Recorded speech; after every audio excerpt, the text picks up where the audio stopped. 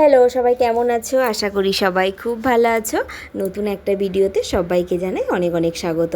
আর এখন সকাল হয়ে গেছে, ঠাকুর পুজো করছি। এটা কিন্তু একটা বৃহস্পতিবারের ভিডিও, তোমাদের সাথে অনেক দেরিতেই শেয়ার করছি, কারণ অনেক কটা ভিডিও এডিট করা ছিল, সেগুলো ছাড়ছিলাম। আর দুদিন ব্লগ ভিডিও ছাড়া হয়নি, বাট ছিলাম না, ওই জন্য ছিলাম, বাট করা হয়নি আর কি, শর্ট ছেড়েছি।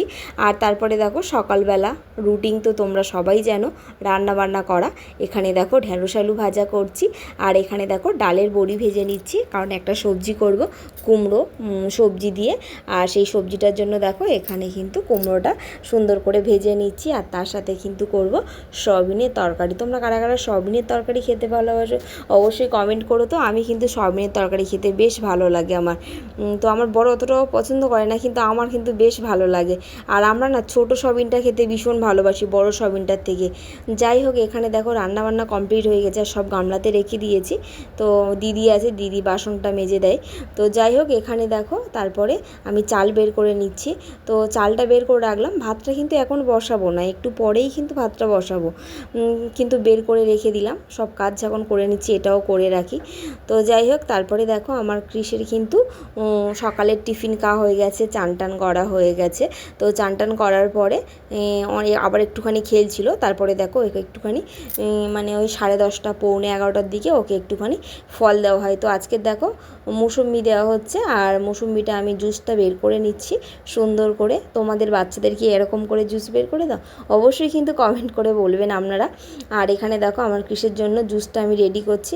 আর খাওয়ার তো টাইম নেই, পাশে মুড়ি আর চানাচুরটা বসানো আছে, এক গাল করে খাচ্ছি, এরকম একটা ব্যাপার। যাই হোক, তারপরে দেখো দুপুরবেলা কিন্তু আমরা খেতে বসে গিয়েছি, আর আমাদের দুপুরের মেনু কিন্তু আপনাদের সাথে শেয়ার করেছি।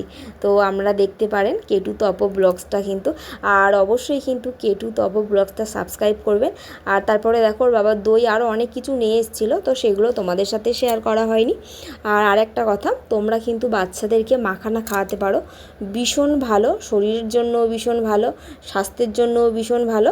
তোমরা কিন্তু বাচ্চাদেরকে খাওয়াতে পারো। আর এটা তো মানে একটা মানে চিপস মতন, যেমন আমাদের কুরকুরে যেটা আমরা ব্যবহার করি আর কি খাওয়ার জন্য, তো এরকমভাবে তোমরা কিন্তু করে খাওয়াতে পারো।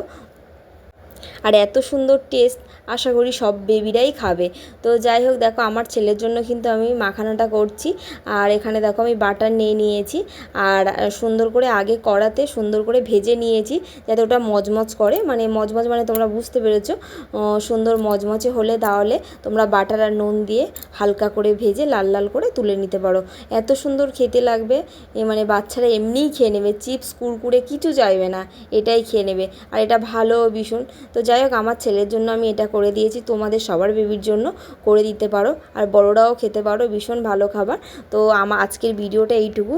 ভালো লাগলে অবশ্যই কিন্তু লাইক কমেন্ট সাবস্ক্রাইব করবেন, আর আমার পাশে থাকবেন। সবাইকে টাটা।